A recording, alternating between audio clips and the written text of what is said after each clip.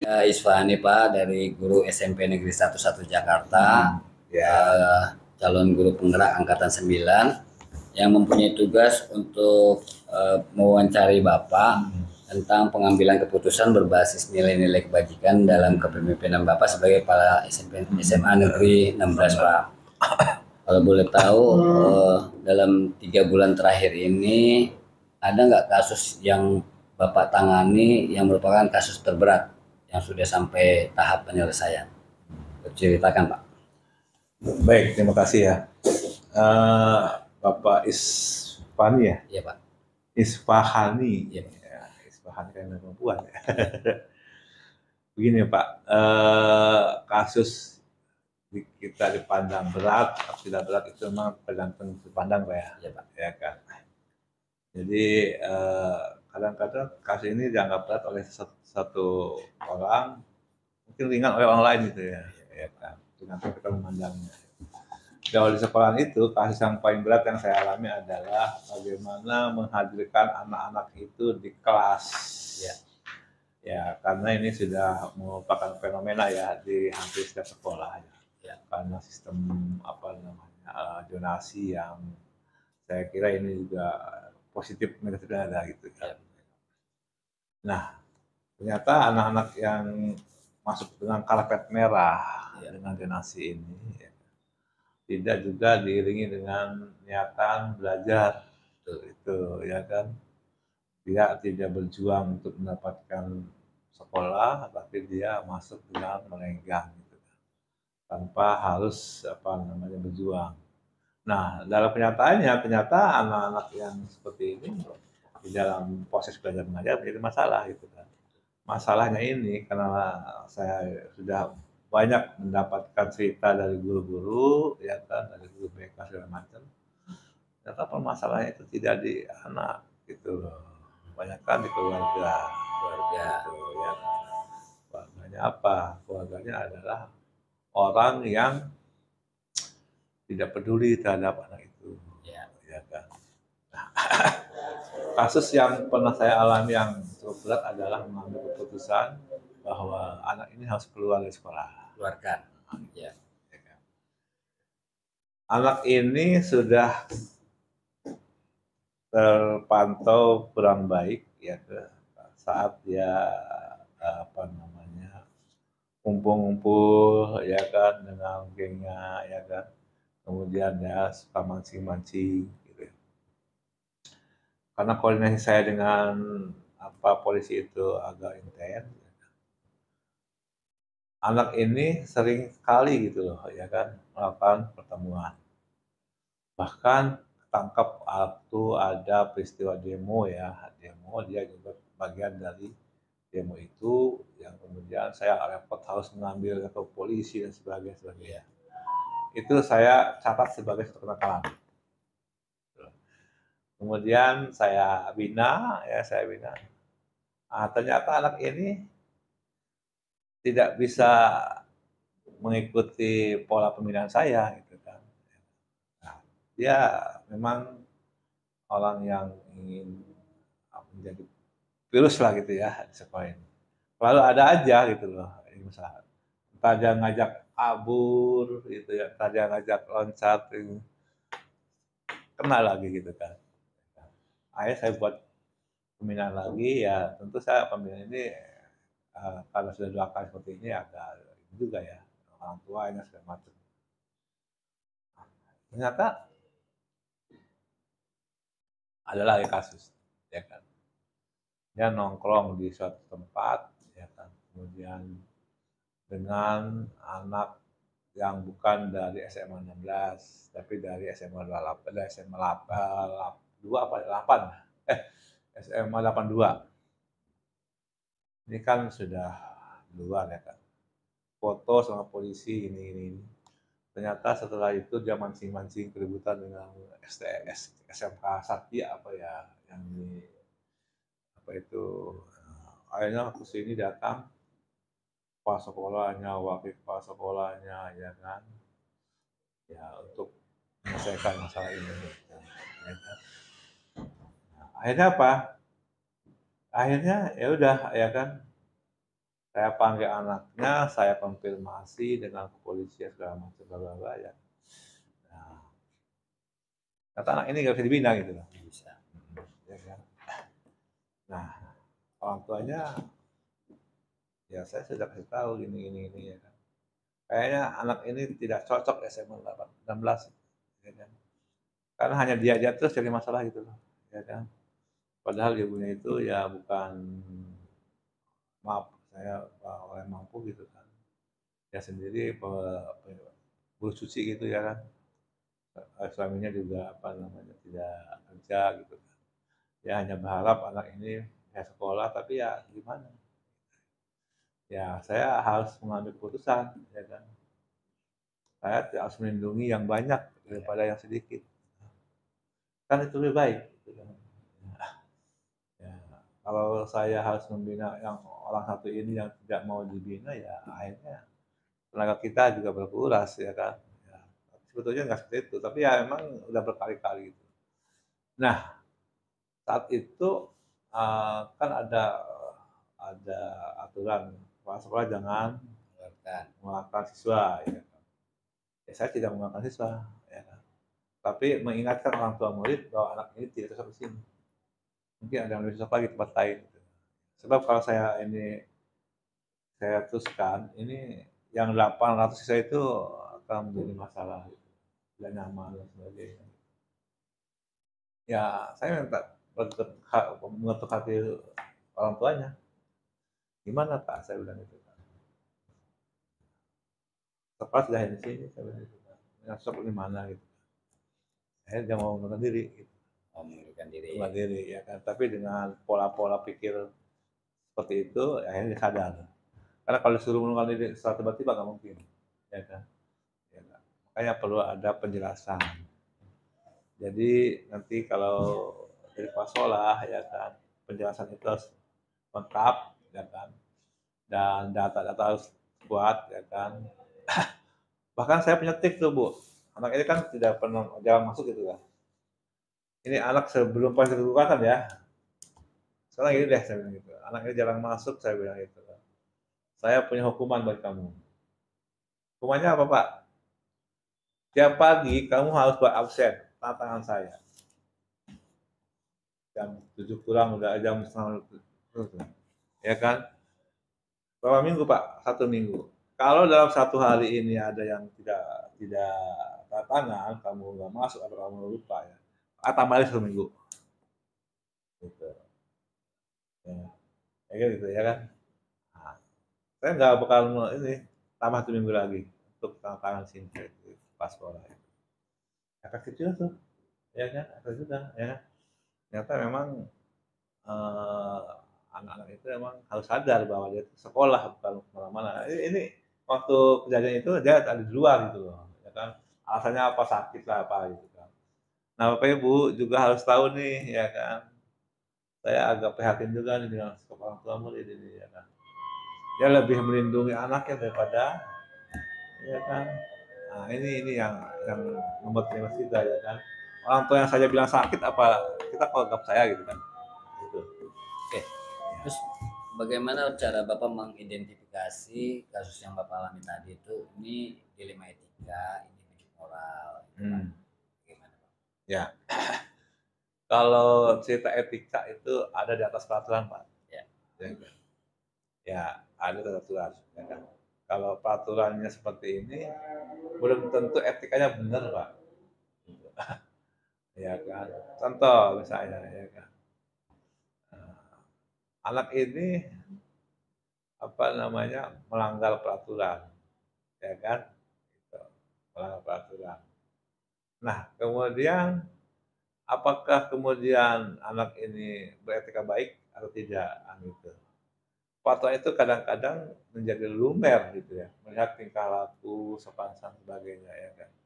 Maka saya katakan etika itu lebih lebih tinggi daripada peraturan. Apalagi di dunia pendidikan, ya kan, moral ya kan. Kita lebih senang melihat anak itu baik daripada tidak pintar. Itu loh Bu. Ya. Itu itu prinsip guru tuh, ya kan. Beda dengan bimbingan belajar, ya kan. Nah, kalau kita kan anak itu baik, ini, sudah senang banget gitu loh. Oke.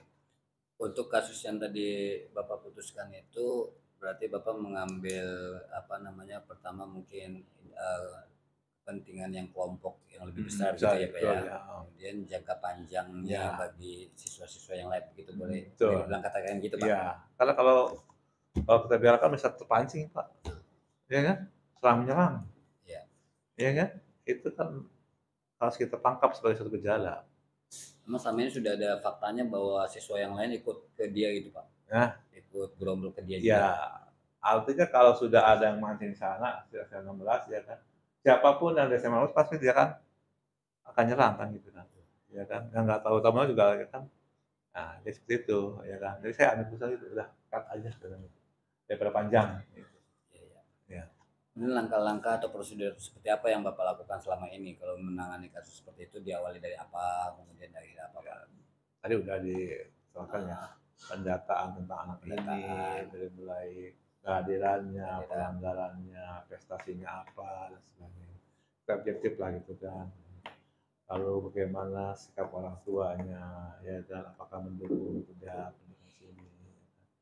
Kemudian progres perilakunya seperti apa, ya kan. Karena apa namanya pendidikan itu ujungnya loh, ya kan. Ujungnya dilihat tuh anak ini baik, ya kan, dari mereka 10, 11, 12, ujungnya dia hamil,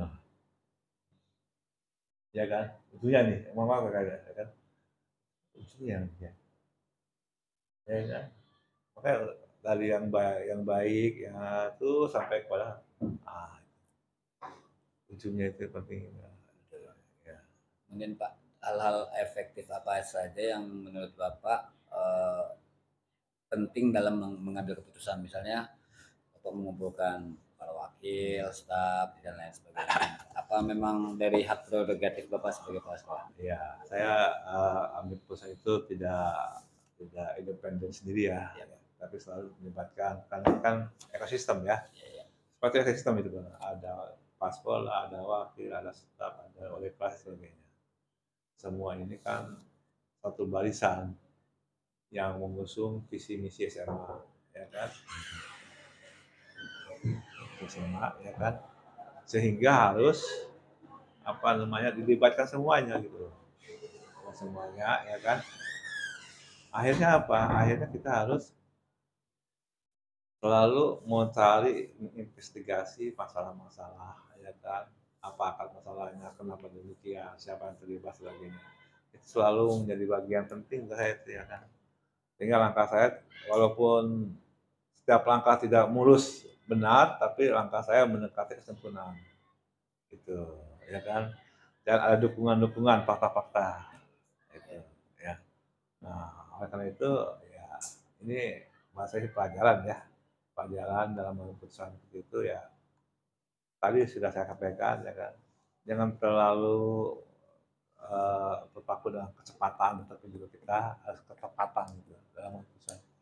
Oke, dalam pengambilan keputusan itu ada nggak yang pro dan kontra Pak? Artinya kan mungkin di satu sisi Bapak menganggap itu adalah adil, bagi pihak yang lain yang Ada. keputusan itu gimana Pak? Cara mengatasinya Pak? Mungkin pernah dengar juga ya bahwa kalau ulangan tidak boleh sampai jam selesai ulangan pulang. Ya, Itu ada ya, betul. ya kan? Nah ini bagi sebagian guru itu, ya, ini nggak disukai gitu. Karena menurut dia itu setelah kan dia santai, ya kan nggak ngajar lagi, belajar lagi gitu kan, gitu, ya kan.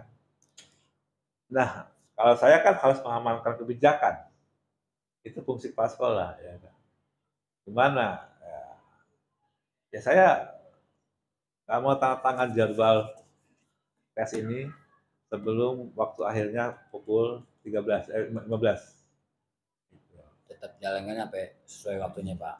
Apa, mau ngapain kalau anak guru juga anak nggak mau ngajar ini itu pasti. Guru nggak mau ngajar, anak juga nggak mau belajar, ya kan sebagainya. Nah sekarang gini saya bilang, ada satu kegiatan yang luput dari perhatian kita dan penting, yang tidak pernah kita lakukan.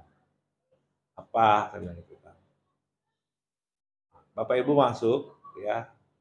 Kemudian 1 jam itu anak-anak suruh menyampaikan secara lisan, ya, kepada semua yang ada di situ. Itu kan tidak ada kelasnya ya kan, tentang kesiapan dia belajar, tentang masalah dia belajar apa saja, tentang apapun, ya kan, yang pernah dia rasakan. Itu waktunya panjang gitu, 4 orang sudah 1 jam. Tapi kita sudah bisa melihat bagaimana kemampuan anak itu berbicara, ya kan, keberanian bicara itu kan penting, keberanian itu kan, jalan tuh, gitu. Alhamdulillah gitu kan. Sehingga waktu itu jam 8 mulai tes, jam kedua jam istirahat, kemudian jam 11 pulang. Jadi iterasi tadi, iterasi itu. Nah, supaya nggak bosan, sekarang menuliskan apa yang dirasakan ulangan tentang hari ini. Tapi saya buat tuntun dengan pertanyaan saya. Apa sih masalah kamu? Apa sih urusan KWA ya kan? Saya itu yang menuliskan jawaban-jawaban saya itu. Ya. Bagaimana tentang reaksi dulu? Gimana? Saya minta untuk dibuat untuk satu tulisan. Gitu kan. Nah, akhirnya apa? Akhirnya dia tulis juga. Kumpulin dia di ruang di guru wali kelas ya kan. Nanti kalau ujian terakhir dan rapat, bacakan tuh, saya bilang gitu kan. Apa sih yang menjadi masalah anak itu, ya kan. Kan kalau tertulis kan beda dengan yang didesainkan. Mungkin dia punya masalah, ya kan, sebagainya. Itu harus bahas oleh kelas, saya bilang gitu. Jangan membela-bela anak murid mau naik kelas tapi tanpa ada dasarnya. Gitu. Terus hal-hal yang selama ini Bapak dapatkan tantangannya apa Pak dalam mengambil keputusan? Ya, tadi ya. Apakah ada Tidak semua menerima? kayak orang menerima keputusan, ya kan?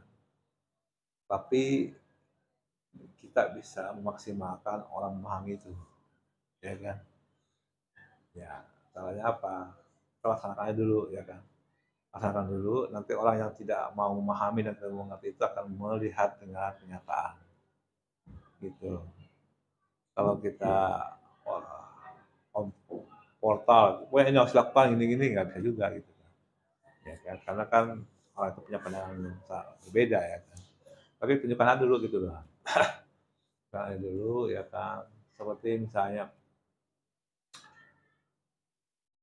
kelas saya itu kelas itu apa namanya, kalau kotor tuh bawa pulang, pokoknya kita ganti jalur piketnya, yang piket besok piketnya hari ini di siang gitu kan. Setiap wali kelas melaporkan KTA foto, ya kan, atau salaka. Nah, saya ucapan terima kasih aja kepada wali-wali kelas. Terima kasih Bapak Ibu yang sudah mendidik anaknya untuk bersih di kelasnya. Akhirnya baru 12 kelas itu semuanya laku. Ya, karena emang perlu juga pujian-pujian itu, ya kan. Kalau kelasnya belum melaporkan juga, kelas ini gimana ya, gitu. Kan kita perlu informasi, gitu kan. Itu trik-trik aja lah, trik komunikasi aja, gitu kan. Nah, itu pokoknya hari ini harus piket dan besok. Nah, Terus dalam membuat keputusan, Bapak memiliki tata kelola atau jadwal tertentu atau tempat tertentu nggak Pak dalam menyelesaikan masalah tersebut? tergantung masalahnya ya. Iya Pak. Kalau masalahnya harus melibatkan regulasi, ya peraturan, ya kita harus menggunakan itu sebagai acuan, gitu, ya kan. Tapi kalau masalahnya hanya berbasis kepada kebijakan kepala sekolah, itu bisa kita diskusikan. Jadi tata kelola saya itu pertama ya regulasinya lah, gitu. Kalau memang itu masalah regulasi gitu loh, ya kan. Tapi kalau dengan masalah yang kebijakan, ya kita tidak harus demikian. Kita itu apa ya, harus punya juga fleksibilitas tuh. Fleksibilitas itu penting lah. Kalau kita kaku, ya kan, Saya menempatkan diri saya itu sebagai teman aja, gitu. Bukan pimpinan itu. Sehingga sini bu, ruang ini bebas siapapun kan, gitu loh. Jadi saya nggak Masuk anak-anak Pak. salah gitu, nggak apa-apa gitu, nggak masalah gitu. Jadi tidak harus ini. Bukan ruang sakral gitu ya Iya Pak. kan, siapapun boleh masuk gitu. Jadi ya dengan seperti itu kan anak-anak jadi merasa apa ya, terayomi lah gitu. Selanjutnya, adakah seseorang atau faktor-faktor yang selama ini mempermudah atau membantu Bapak dalam mengambil keputusan? Ya, faktor-faktornya ya. Yang jelas bahwa kalau faktor-faktor pemuda itu, kalau memang guru-guru itu memahami ya, ini nih visi misi ini gitu ya. Kalau semua sudah paham visi misi ini, maka mereka akan bergerak berdasarkan ini. Gitu. Itu mempermudah saya. Makanya ini setiap hari dibacakan, Tiap hari Pak. setiap hari. Setelah penerusan, kemudian Nyanyikan Indonesia Raya, Pancasila, visi misi, himbauan kebersihan. Itu 5 tiap hari pagi gitu kan. Nah, sehingga nanti walaupun kita sedang mendengarkan ya kan, kita harus juga mempunyai intensitas untuk ini gitu, karena harus disosialisasikan gitu kan. Saya kadang-kadang suka guyon juga tuh kalau ada pertemuan-pertemuan ya kan, teman-teman saya kita jalan-jalan nih ya kan, saya jalan-jalan kemana gitu kan, saya berani keluar ruang gitu kan, Salakah coba ke depan ya, coba Pancasila sebutkan Pancasila. Kalau bisa saya kasih uang 50.000 ya kan. Gurunya juga saya tes juga, coba apa namanya lagu apa namanya himne 16 ya apa gitu.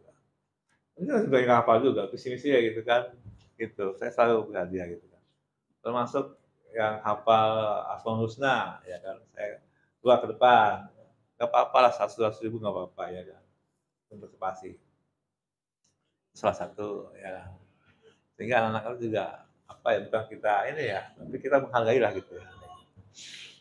Terus selama ini apa yang Bapak telah sampaikan, kemudian Bapak putuskan, pembelajaran apa atau hikmah apa yang Bapak petik dari pengambilan keputusan Bapak? Jadi yang sudah saya lakukan ini ternyata semua persoalan itu dapat diselesaikan ya, Ya, tapi kita harus tahu caranya. Caranya seperti apa, kita harus pelajari dulu karakter-karakter sekolah ini ya kan. Karena sekolahnya sudah lama berdiri gitu, ya, sudah berdiri yang sudah punya karakter tertentu ya kan, dengan karakter masing-masing guru sebagainya ya. Terus kemudian kita ngambil satu kebijakan. Jadi hikmah saya adalah bahwa setiap ambil keputusan adalah kita selalu melihat persoalan dari berbagai sudut pandang. Karena gini, saya selalu berpikir gini, mungkin Bapak guru agama sudah kenal ya dengan cerita ya, seorang pemimpin. Seorang pemimpin itu kan seperti seorang anak, bapak, dan keledai. Mungkin lah dapat cerita itu ya. ya, Ada anak, keledai, bapak, dia berjalan, ya kan? Melewati suatu kaum. Kaum itu berkomentar, ya kan? Bagaimana sih ini anak, ini bapak, ini nggak punya otak ya. Keledai itu ada di dunia ini untuk memanfaatkan, naikin, memanfaatkan itu kan Tuhan. Komentar. Kemudian dia naik tuh bapaknya, anaknya nuntun, keledai. Datang ke satu kaum, komentar lagi kaum itu, ya kan? Kok anak ini bagaimana sih nggak punya moral gitu kan? Masa bapaknya yang naik, apa?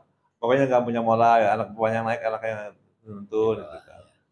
Itu juga komentar. Sebaliknya juga sama, ya kan? Anak yang naik, bapaknya nuntun. Anak itu gimana sih gini? Nah, jadi apapun yang kita laksanakan selalu ada pro kontra gitu. Itu biasa. Jangan kita merasa sempurna gitu loh.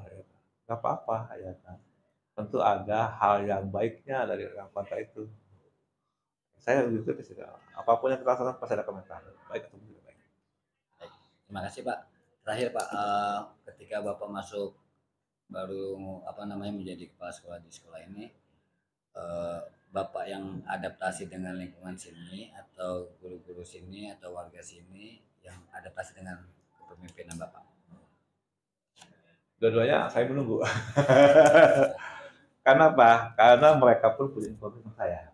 Ya. Pastilah. Siapa sih kolega? Mana orangnya? Kamu punya kolega, ya kan? Di SMA 84 ini. Ya kan gitu, ya kan? Ya. Saya juga punya impresi 16, ya kan? Ya, saya coba untuk melihat webnya, kok kosong sih, foto-foto doang gitu kan, visi-misi segala macam informasinya. Nah sambil jalan karena saya petugas, mungkin mereka mau mencoba untuk mencocokkan apa yang diterima dari teman-teman yang saya gitu kan.